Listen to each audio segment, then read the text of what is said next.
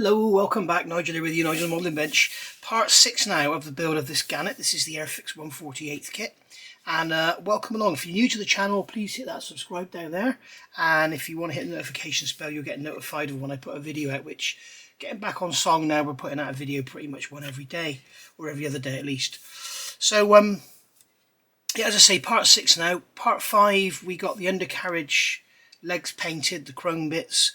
I showed you about doing the canopies, cleaning up the seams and everything, masking them from the inside, and then we got them fitted. And now I've masked over them so they don't get all scratched and we don't get a load of dirt and dust inside the actual the cockpits themselves.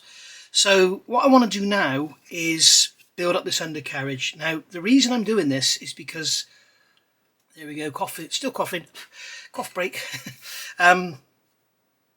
The reason I want to do this now, you can see the legs come together in their bays, okay? And I want to put them together so we don't get the glue marks where we glue these legs in here. This is so annoying. I haven't coughed for the last half hour, and now I've started talking. Cough, cough, cough, cough, cough. It's a bloody pain in the ass. Anyway, so basically I want to get these parts assembled if I can. Maybe get some bits of the leg assembled as well, the nose gear, so that we can spray them as one. Now you can see that on the nose gear here we've got this tiny little part here, F10, that was actually broken on mine. So we'll probably fit that to the nose gear as well, as long as it's not going to hinder us removing the masking tape from the chrome bit. We shall have to see. So basically here we have, what are they looking at here? They've got that's the trailing edge there. So here we're working on the starboard. So we've got the starboard here. So that is literally going to slot into there. So we've got a great big fitting for the leg there. And then there's a sort of lug on the outside of the wing here that it goes on. Okay, and then this piece here. In fact, it might be easier to just glue it together first and then fit it after. I'll use a little drop of the quick setting, just because it'll bite faster. Okay, and then that leg is going to go in there, like so. That little bit is going to sit on the nubbin there.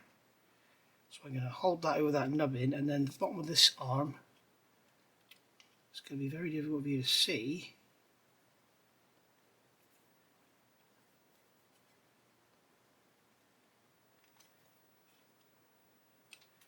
There we go. If you look down in here, you can possibly see there's a little tiny ledge there where I'm pointing, and that's where that leg's sitting. So what we can do now is, now that's all in position, we get some ordinary extra thin, because I believe it gives a stronger bond. We've got to be really careful here, because on the other side of here we've got all these little pins that are parts of the wing fold. They're going to be really easy to snap off. So I'm just going to drop some extra thin into there, and then we can just let that sit and dry. Just make sure that leg's pushed over it. Yes, it is. And there we go. So now when we paint that, when we assemble it, we won't have to clean up. So I'm going to do the same on the other side, and then I'll come back. Alright, so that's those done. If you're wondering why I'm doing all this now, it's basically because you know I have a good habit of not finishing things. And basically I know that when you're getting near the end of a project, you want to wrap it up so you can start something else. Now, one of the biggest problems with aircraft is you build the thing up, you get the wings and you get the tailplanes on, you paint it, you decal it, you weather it and all that, or you start to weather it there, and then you got the weapons and the undercarriage and the gear doors and all that stuff, and it's all a bit of a bind. And I know myself, I'm sure there are people out there that don't do this, I'm sure there are a lot of people that do. I tend to start to rush things because I just want to get it done and get it through the door so I can get on another one. So I'm doing all this now, getting all this painting done, so that when it comes time, because basically we're not going to fit any undercarriage yet, even though they're telling us to, because we're going to get it's going to get damaged when we're painting. We're not going to fit the propeller or even the spinner yet, because it's going to get damaged. And then when we get to here, we get to the weapons, and then you kind of, I really want to just get this done and you got all these halves of parts to glue together and loads of seam cleanup and all that. So I've done them as well. I've done the rockets. Here's all the rockets, and what I've noticed is on these you've got the one half has got the dome on it. Well, you've got the whole rocket body, but then the actual dome part is split into halves. They've done that so they don't get sink marks, so that's a good bit of design. But there was quite a little step in there, so I filled it with some black super glue, as you can see, so we can blend that out. I won't do that on camera necessarily. I might do one on camera, but you don't want to see it all. We've got our wing ends there. We've got our canopies in here, which is actually quite silly because they're going to get scratched, aren't they? So that was very stupid of you, Nigel. We've got our tail feathers there. We've got our exhaust, which you saw in there in part 5. We've got another canopy there getting scratched on the inside, so I'll put those over there. Right, so what I've done here, I've built up a complete torpedo. I've built up a complete, I think this is a mine, isn't it? Or what, I don't know. So I've built up, excuse me, bloody cough, I'm sick of it. I got this off a girl in the pub, I think, and no, we weren't doing anything like that. And she was off work for 3 weeks with it, and she said the first week was all right, the second week was killer, and then the third week was, back to sort of all right again. So I'm sort of starting my second week now. It's Saturday today, Saturday the 27th of July, 2024. So we've got all these halves all glued together now, so the seams are all nice and set, so we can sand them down. So I just thought I'd build up one of each weapon so you can see what it looked like. You do not want to sit there and watch me gluing halves together, do you? And I've gone around and scribed those lines again. These things are a nightmare to sand because you've got all those raised ridges on there. So yeah, take your time and put the radio on or something and just do it when your mind is dead, because it's mind-numbing. And the other problem is, whatever loadout you use, you need them. Now, if you're going to go for this one here and you're going to use these big torpedoes, you don't need to worry about those. So you might not want to bother. But basically what I think we need to do is decide what we're going to do and then get these mountings fitted. So you've got J11 or J4 and 5, J18 for all of them. The position's the same, isn't it? Yeah. So I think what we might do is get them all fitted before we actually paint the Bombay. So for the sky colour, which is going to be on the undercarriage, I'm going to use, this is Outlaw Paints, and it was made specifically for me. You can see it's got Nigel's modelling bench on there. Thank you, Jason. These are available from outlawpaints.co.uk. This is RAF Sky. I really like these paints. They're really nice. They're smelly and they're quite hot, so they will damage the plastic. If you start flooding them, they are hot. But they do go down very, very nicely, and they cover really, really well. I don't think there's any need to prime with them either, really. I think they just etch to the plastic. Same as Tamiya LP. Tamiya LP paints are designed to not be primed, although we often do prime so that we can seam check and stuff. And if you notice, the Bombay has already been pre-done in black to give it some pre-shading, so we're going to get a nice bit of dirtiness going on in there. So there's our bits. So what I'm going to do next is get this undercarriage stuff sprayed. I've got the doors off. I've got everything that's going to be sprayed in, that needs to go down here. Everything that's going to be sprayed in 90, which is RAF Sky, is up here. So you can't see up there, can you? All of that, gear doors, all this is going to be 90. In fact, I don't think those actuators, those wing actuators are 90, are they? I think they're silver as well. Yes, they are. So they need to come out. There. They need to come out. And also, where's those other bits? They need to come out. That one there. What have I done? I've taken the wrong ones out. They're the gear, the Bombay door actuators. It's all over the place, this manual. Bombay door actuators are here, and they're 90 on one end. So there we go. So I'm going to get some painting done, and then I'll come back and you can see how it all looks. All done. So now we've got these actuators for the wings. We can have a look at these, and you'll see the difference between the chrome and the aluminium. 56 is aluminium. I've used LP70 gloss aluminium from Tamiya, however you like to say it. people get all het up about that subject. I've got a little bit of tape down here as well. I can't see the end of it because I'm as blind as a bat. So I'll just stick my tweezers in here and pull.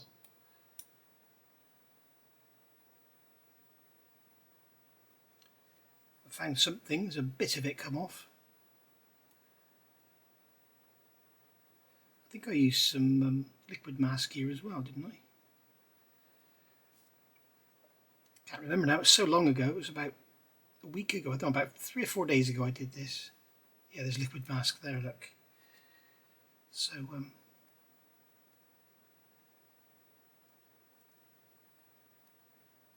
there we go. This will be the VMS liquid mask I've used, because it's good.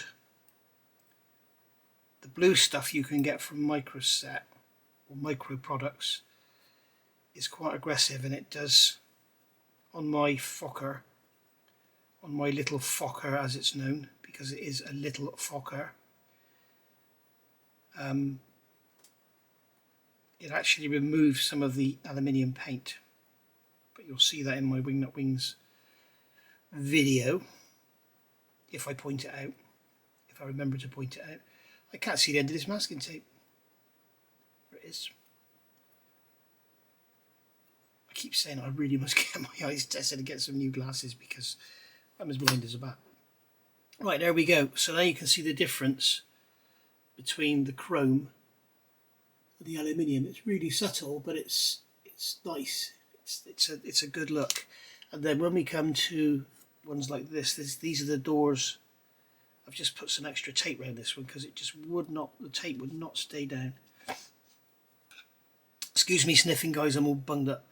Yeah, you can see on this one we've got the aluminium down here, we've got the green at the top, we've got the chrome in the middle. It all looks very interesting, doesn't it?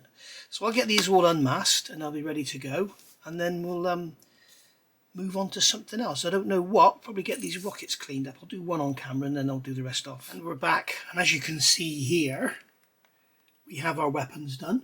So we have five of these, whatever they are, and we have our 2 torpedoes. So they're all done, all the seams are taken care of and everything. So they're ready now for a primer. We've got these racks for the rockets. One of them was broken on the sprue, one of them broke when I took it off. So glued them back together again. Left the others on the sprue, as you can see. It makes it easier to sand away the seams and prime them and everything. You may as well do that just because the actual connection points are, or the sprue gates should I say, are on the pins. So we can cut them off and glue them straight on. So we'll get those primed and painted. The lower wing section, we need to paint this. So I'm going to pre-shade it first, then I'll paint it, and then we'll put the decals on and everything. Because when you look at the wings, where can you see it? It's in the magazine, wherever it is. The actual serial numbers for the aircraft are on here. It's going to be easier to do the decals first and then put the rockets on, and then we'll drop these onto the aircraft when we're ready. Obviously, control surfaces here you can see all ready to go.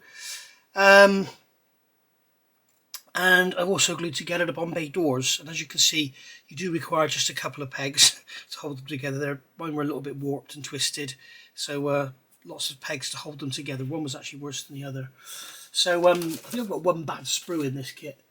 So we've got all we've got left now is the rear nose gear doors and actuators. We've got this Bombay which is closed, so we can use that as a mask, I guess. We have a couple of clear parts on here. I don't think we're going to need those. And we have actuators and supports for the folded wings. So that is it, and the box is empty. We've also got our resin wheels here, so we'll be using those. And that's it. And colour directions and decals, that's it. Another cough break there. I've also got here, I've cleaned up the propeller blades, the spinners and everything. There are some seams, I don't know if yours would be the same, but I had some nasty seams on here. So make sure you clean them up, otherwise your blades are going to look awful. So we'll get those all primed up as well. We'll get those down here actually ready. And yeah, so we are getting there, really getting. Obviously got the nose wheel parts in here, but I'm not going to be using them. We've got the actual spinner parts here as well, and we've got the back plate there. So yeah, we'll get all that painted as well. And yeah, all in all, it's really coming together. So I'll get some painting done, some priming, and I'll see you back in a minute. Okay, that's all done, and these primer's still wet. I think they're going to have to do. Hopefully we won't see too much of them with the bomb doors wrapped around them and stuff, but they are extremely difficult to clean up. Extremely difficult. Kind of almost wish they just moulded them as one and then you just have a seam to deal with. I don't know. Maybe mould them as ends. I don't know how you'd go about it. I mean, if you really want perfection, I'd go for some resin ones. But as I say, either option you use out of the box, you have to use those. Anyway, as I said, we've got these racks for the rockets going under the wings, and I also mentioned before that in reality, if the aircraft was part wings folded, I don't think it would be armed with bombs and rockets and stuff. So it's probably inaccurate, but they look good to have them on there. So we've got them over here. They're all cleaned up. I haven't primed them yet. I've fitted the fins to the rear. I'm going to go with Mr. Surfacer, and because there are some, I don't know if you can see, there are some tiny little gaps there, and they're going to be a very focal point of the model, I believe, because they're sort of, you know, the model's sat like this, the wings sat like that, and they're right there, right in front of you. I've also noticed that I've done all the wing ends silver, and you can see how the silver paint shows up, how bad seams can be. So it's always worth, if you're worried about seams, it's always worth giving it a quick go of silver. That one there's, you know, the same, you can see, so they need some work again, so that we'll get those done. And also today, for the first time, I've used Outlaw black primer, and as you can probably see, it's not very black. It's beautiful paint. It goes down lovely. It has like a very slight sheen to it, and it pulls down really smooth. You can see it on that spinner. It's really good, but it's not black. I mean, this is MRP black primer, and you can see the difference in the colour on those two. So in fact, if I turn this light off, I keep forgetting and leaving that light on. It messes up the lighting. But you can probably see it there, the difference in the colour. This is a very dark grey. So what I'm going to do, you could probably get away with extra dark sea grey with that one actually. What I'm going to do, I'm going to use this Outlaw black primer for pre-shading, because it does spray beautifully. So just grab a bit of tissue, just do a little test spray, yeah.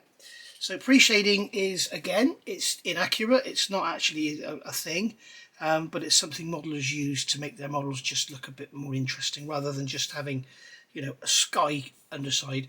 What we're going to do, we're going to use pre-shading, and then when we paint over it, the heavier we go, the more we hide the pre-shading. So it's always a good idea when you've got stuff like this with sky, don't use black. You know, I'll probably use black over the top, but where you got the grey, but not here. Now what I've done here, you can see I've sprayed the wing ends, and we've achieved what we want to do with these, you know, no seam at the front and everything, so they're looking lovely. So what I'm doing, all I've done to prime this, I just made sure I sprayed away from it. So I've had to mask this upright, obviously. So I'm going to do the same now and make sure I spray away from it in the pre-shading. So what I'm going to do is come in with the airbrush and just highlight any edges, any lines, any edges. Just going to highlight them. Got there. I don't highlight rivet lines, I only highlight panel lines. As you can see, my hand's wandering. That's fine. We don't want it all straight. We don't want it all uniform and perfect. It needs to be a bit inconsistent. I think I'm getting tip dry. Be careful to get tip dry, because you will get a sudden splurge of paint. So I think what I'll do is wind the pressure down. That should help.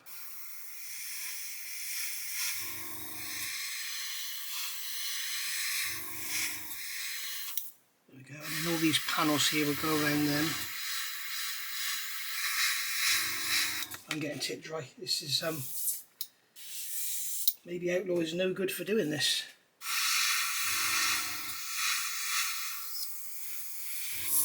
Oh, this is dodgy. It's starting to splurt. What happens is the paint dries on the tip of the nozzle and forms like a seal, and all of a sudden it goes, and what you've done, you've pulled back a bit more to get more paint, and all of a sudden you get a big splurge of paint. So the thing to do is just have a bit of tissue, just blow it through like that. Oh, look at that now, bloody hell.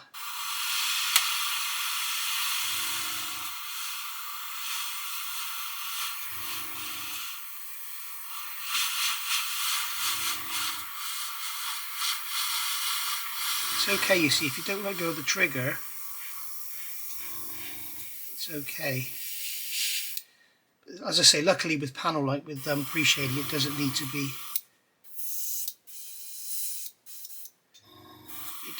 be perfect. And that bit of spatter there will only help to add to the effect. Now, I'm afraid we have found a weakness in Outlaw paint. It is no good for this, because I'm just constantly getting, you can see I'm pulling back, and all of a sudden it comes.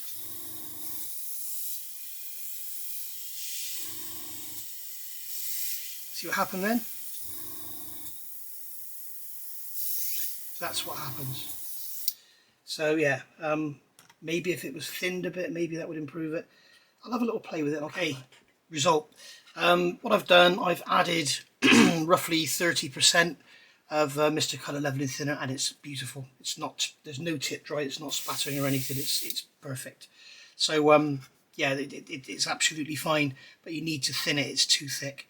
But so I've got this is the Gannet extended wing, so just to show you how well it flows, I'll show you here. I can just keep going, I can stop, I can start. I'm not getting any tip dry whatsoever. Carry on down those panel lines there, go along there, just like so, go around these panels here. As you can see, it's absolutely perfect, and I'm down to about 12 psi as well. So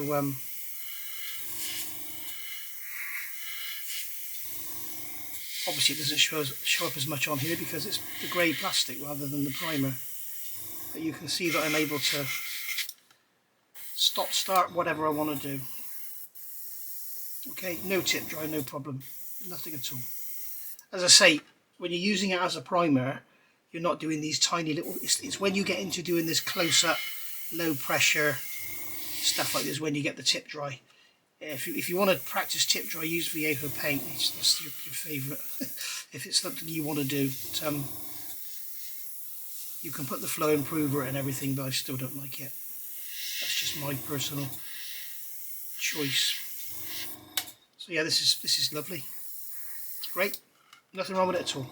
So that can go back in the bottle, even though it's got leveling thinners in it. I do not care. But you can see it works absolutely fine.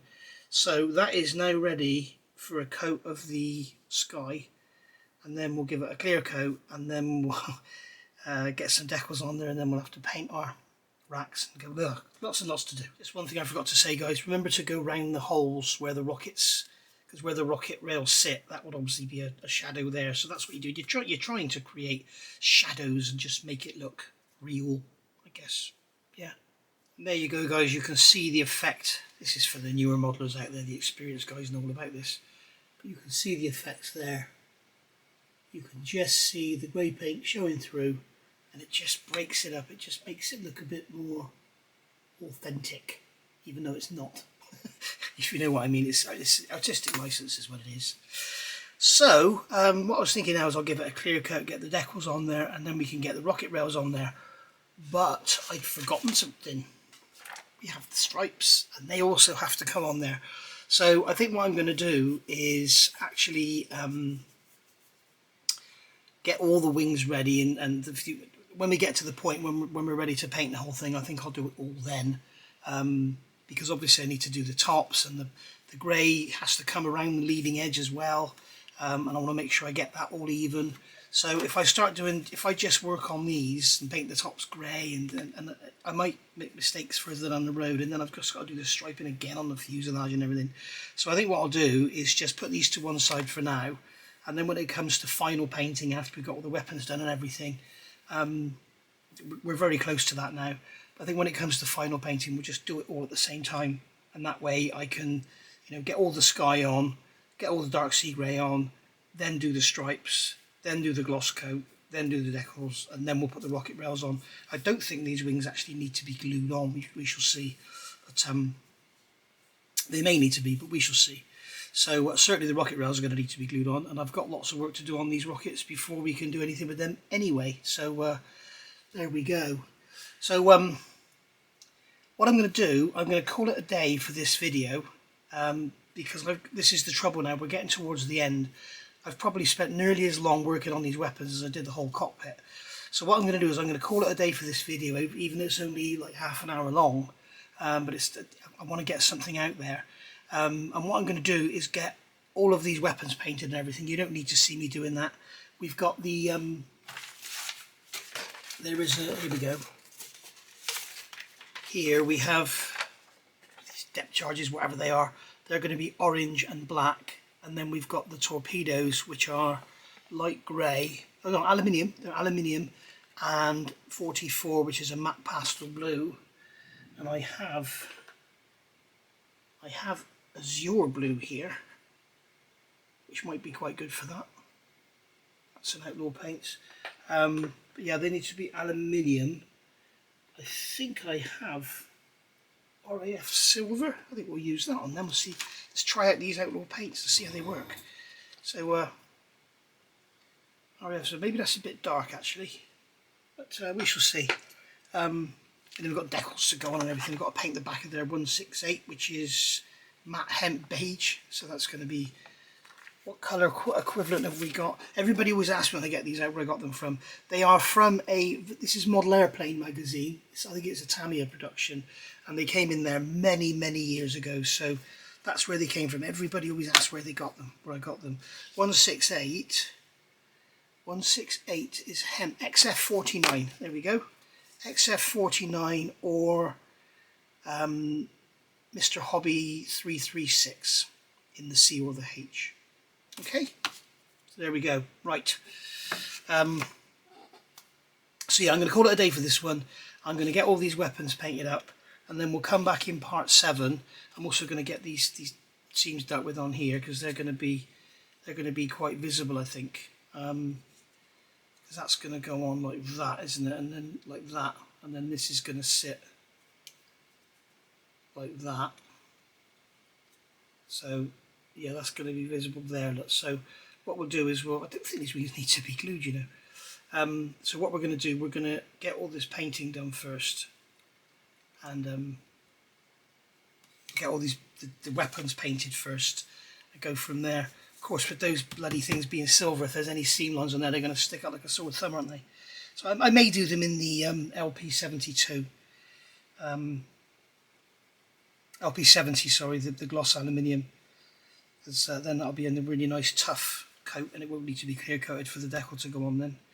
Because we do have, if you look on here, we have decals to go on all the rockets, we have decals to go on here, everywhere. So yeah, lots of decals, lots and lots of stencils. Okay, so another cough break there, sorry. So I'm going to get a bit of work done off camera, and then I'll see you back for part 7. I don't know how long it's going to be, because obviously this is a load of work for a little bit of content. I'm going to do probably 6 or 7 hours work for 10 minutes of video. So yeah, wish me luck. We've also got all these detail parts painted. We've got all our undercarriage painted. That's all done. So that's all looking pretty, and we can start looking at getting all this together. And obviously the whole thing needs to be painted first, and then we can work on the undercarriage. We can do the bomb bay and the undercarriage bay, and then mask them off. So I want to get the bomb bay with all the weapons in, get it masked off, paint the whole thing, and then we're done. Right, so I'll see you very soon for part 7. Thank you for watching. Don't forget, this is my entry into the Wendy's Memorial group build over on Facebook. If you want to go and have a look, there's a link down below in the description, and I've put a couple of links in that group build so that you can get back to these videos. So if you're watching me here, you've obviously already seen that, or vice versa, whatever. So it's like a constant loop. So yeah, I'll see you all soon for part 7. Thank you for watching. Bye for now.